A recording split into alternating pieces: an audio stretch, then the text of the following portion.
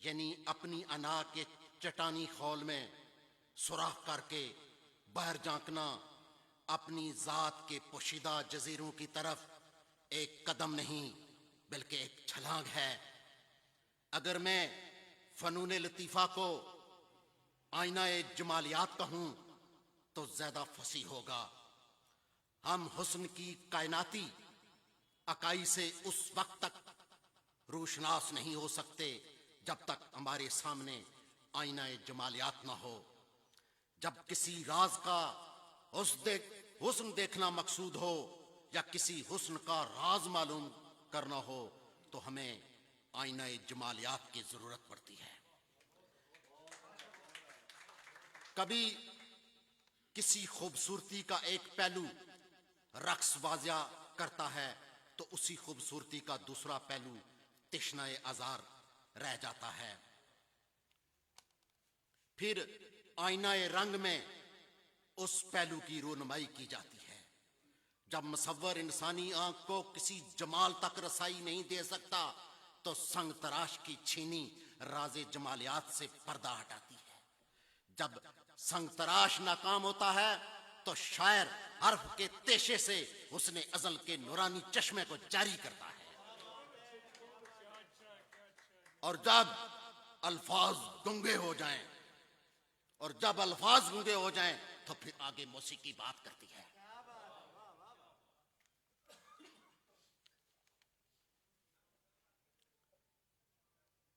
گیت احساس جمال کا نسائی اظہار ہے۔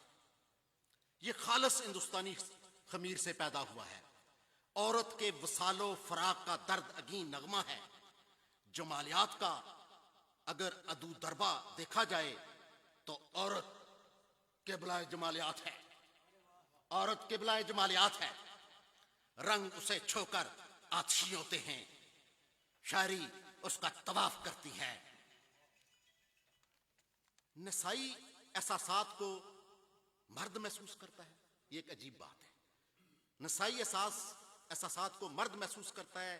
گیت مرد شعراء لکھتے ہیں، مرد گلوکار گاتے ہیں۔ اصل میں یہ مرد نہیں ہوتے ہیں، ان کی پسلی میں عورت گنگنا رہی ہوتی ہے، عورت علملا رہی ہوتی ہے۔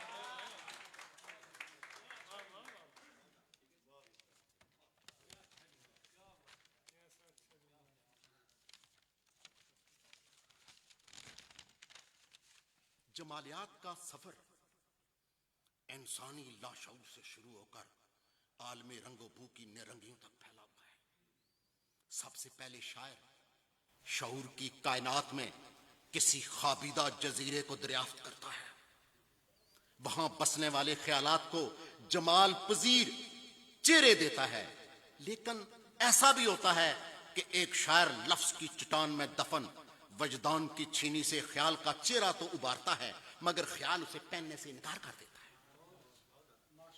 کبھی کبھی مصور اس علاقے میں رنگوں کے تھان کاندھے پر رکھے ہوئے چہرے لے لو کی صدا لگاتا ہے۔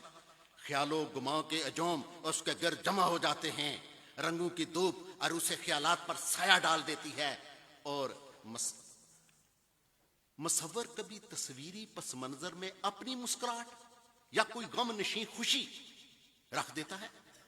کبھی کسی گمان کو اپنے چہرے پر پڑی ہوئی سلوٹ ناگوار گزرتی ہے تو وہ سر باختہ ہو کر کسی اور خواب جزیرے کی طرف ہجرت کر جاتا ہے۔ اس شاعر گمازاد میں کوئی رقاصہ جب بدن پہنے ہوئے گزرتی ہے تو لاشعور میں ڈوبے ہوئے نقوش سر اٹھا کر اپنے ہونے کا جشن مناتے ہیں۔ خیال اس کے نیم و ریاں سراپے میں پناہ لے کر ساز کی آواز پر رقص کرتے ہیں تو گیت جنم لیتا ہے۔ گیت کیا ہے؟ ایک پیار کا نغمہ ہے، موجوں کی روانی ہے۔ ایک پیار کا نغمہ ہے، موجوں کی روانی ہے۔ زندگی اور کچھ بھی نہیں، تیری میری کہانی ہے۔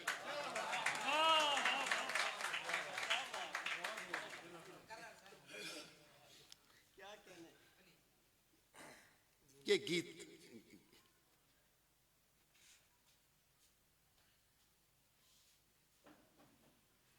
آس پیاس برا کی آگ، چیت کی رات،